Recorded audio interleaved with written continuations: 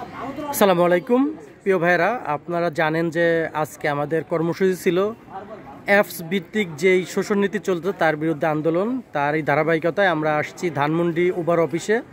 আমাদেরকে দেখে Uber office already বন্ধ করে দিয়েছে, আমরা তালাও মেরে দিয়েছি অফিসে দিয়ে। আমরা এই মুহূর্তে অবস্থান করতেছি বাহিরে অবস্থান করতে। আপনারা যারা আশেপাশে আছেন অবশ্যই আপনাদের নিকটবর্তী যে সকল অ্যাপস ভিত্তিক অফিস রয়েছে, উবার পাঠাও, ইনড্রাইভ সহ সকল অ্যাপস কোম্পানির যে অফিসগুলো রয়েছে, আপনারা সেই জায়গা থেকে আপনাদের দায়িত্ব জায়গা থেকে আপনারা অ্যাপস কোম্পানির অফিসগুলোর সামনে অবস্থান করবেন আমাদের অধিকার আদায়ের লক্ষ্যে।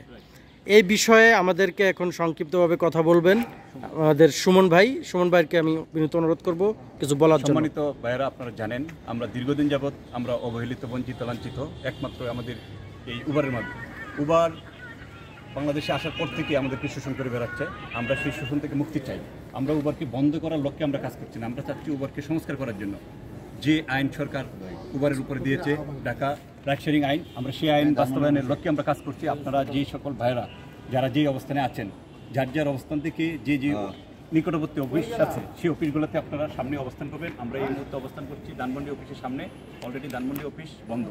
হ্যাঁ, এছাড়াও আশেপাশে যেগুলো অ্যাপস কোম্পানিগুলো আছে সেগুলো আমরা বন্ধ করা একটু করে প্রক্রিয়া চলছে। আপনারা যে যেখানে আছেন চলে আসেন ধানমন্ডিতে। ধন্যবাদ সবাইকে, ভালো থাকবেন। আমাদের এই আন্দোলন আসলে এই যে অফিস বন্ধ, এখন আমরা চলে যাব, অফিস খুলবে, এটা হবে না। আমাদের আন্দোলন চলমান থাকবে। প্রতিদিন তাদের অফিস আমরা ঘেরাও করব এবং তাদের যতক্ষণ আমরা আমাদের দাবি আদায় না করব, আমাদের দাবি না মানা পর্যন্ত প্রতিদিন এখানে আমরা আসা হবে।